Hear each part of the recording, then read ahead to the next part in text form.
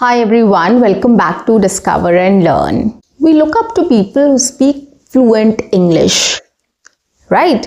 We want to be like them, we idolize them. We also dream of becoming a fluent and confident speaker like that person, isn't it? But have you ever thought or wondered why we are so much inclined towards that person? Or what is that skill which that person has and we don't have? Right? What is that magic which that person spills while speaking in English and we are not able to? Let's decode this and let's talk about this in this session. So in this session, guys, I'm going to talk about some skills which we need to develop, or that skill which we need to develop in order to become fluent and confident and effective in our English speaking. We admire people. So guys, on that note, welcome back to my channel. I am your communications coach and a soft skill trainer by profession, and I'm here to help you out with all your communications problems and to help you speak English fluently and confidently.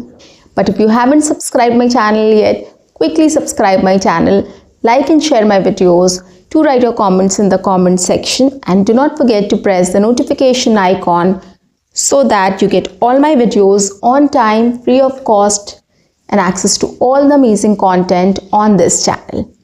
What you have to do is stay tuned, stay connected, and watch my entire video to master this skill. Now let's begin. So when we admire somebody's communication skills or fluency or English speaking skills or conversational skills, we don't realize why we are admiring that person. We simply think that he is so fluent and he is so confident in speaking in English that everybody is, mesmerized, or everybody loves him or likes that person speaking or wants to listen to that person. But it's not that only. There are other things, other factors, other skills which also plays a big role in all of it, in making that person a good communicator or a good speaker of English. So today in this session, I'm going to talk about those skills or those things which help us to become a good speaker, a good communicator. First one is how that person is able to communicate or connect with you. Right? When you connect with somebody, you enjoy the conversation. Right? And everybody doesn't have this skill of connecting with people. How do we do that? How do we connect with people? This is a skill, guys. We need to master or develop this skill of connecting with people while having a conversation. Connecting with your audience or connecting with the person you're speaking with is not difficult. It's very easy, guys. It's just that you all have to have a common ground. If somebody is talking about east and you start talking about west, how will you reach a common ground? How will you connect with each other? Or for example, if I'm talking about winter and the other person is talking about summer, how we are going to connect with each other, right? So these are very basic, simple examples I just told you just for you to understand what I'm trying to say. So we all have to have a common ground. For example, if I love sports and the other person also loves sports, so there's a better chance of us connecting while speaking or while having a conversation, right? Now, if it was this example, like I love sports and the other person I'm talking to doesn't love sports, will he or she be interested in talking to me on this topic? No, not at all. So, here's the catch. We need to understand the common ground, what the other person is interested in, what topic should we choose so that we can have a good conversation. We can have a connection while having a conversation. Right?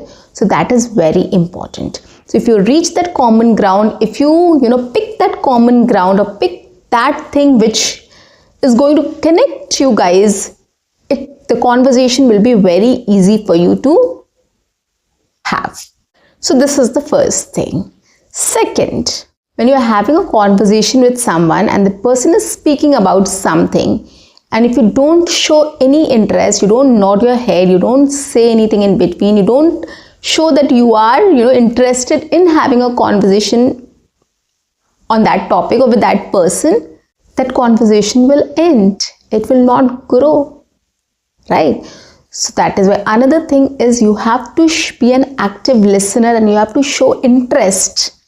You have to repeat things, or you have to nod, or you have to say something in between so that the other person also feels connected to you, feels that you are listening to that person and you are understanding that person, which is very important. If you stand there with a still face without any expressions, anything, of course that person will feel that you're not interested, you're not understanding the point. So there's no point in taking ahead the conversation. So the conversation will stop there. So in order to have a good conversation, right, we have to be an active listener and we should respond to the person who is talking to you, so that the other person also feels that you're listening to him or her. Okay, and acknowledging everything. So this is another important point which you need to keep in mind in order to become a good communicator. Okay, third, when somebody is speaking to you about something, don't randomly catch up anything and start speaking on that. Let that person finish the sentence and then you speak accordingly. Okay, for example, if I'm saying, this weekend I'm planning to go to the game zone with my kid, but it's really far from my place. Okay, and I am just trying to finish my sentence. I have to speak further also, but the other person catches that it is very far and then the other person starts speaking on it. So if it is so far, why are you going there? Don't go there. Lots of others which you can visit. If that person says this. But my point was, I wanted to say something else. I wanted to say, but it's worth it. It's a wonderful place to visit. I wanted to say this. But then, just by listening to half of my sentence, half of my conversation, the other person jumped in and started saying, if it is too far, why do you plan to go? Don't go there. There's lots many which you can go nearby. But I wanted to say that it's so amazing that you have to try that. You have to go there and we want to go there. It's worth going there. So there's a difference of opinion there. So when I hear all these things, I will not be interested in taking the conversation ahead then, right? And that conversation will stop. So in order to be a good communicator or a good English speaker, you have to wait for the other person to complete the sentence and understand what the person is trying to say and then speak. Right? So in this way, you will be able to speak to the point. Okay. So this is another thing which you need to keep in mind while having a conversation with people in order to be a good speaker or a good communicator in English. So don't interrupt in between. Listen to that person completely and then speak. And the last one is story or storytelling. How you convey your idea in the most beautiful way so that the other person is connected and interested in listening to you. Right? There are lots of ways you can do this. I'll give you a small example here. I went to this place called Apughar. It was huge.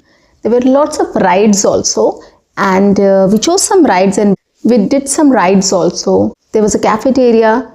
We had some tea there and then we came back home. So this is one way of talking about where I went. Okay, now next. Well, last weekend I went to Apughar. It's a huge place.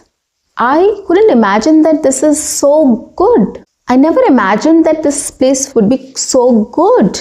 It was full of rides. There were lots of rides available there for kids, for elders, for teenagers, and it was for everyone.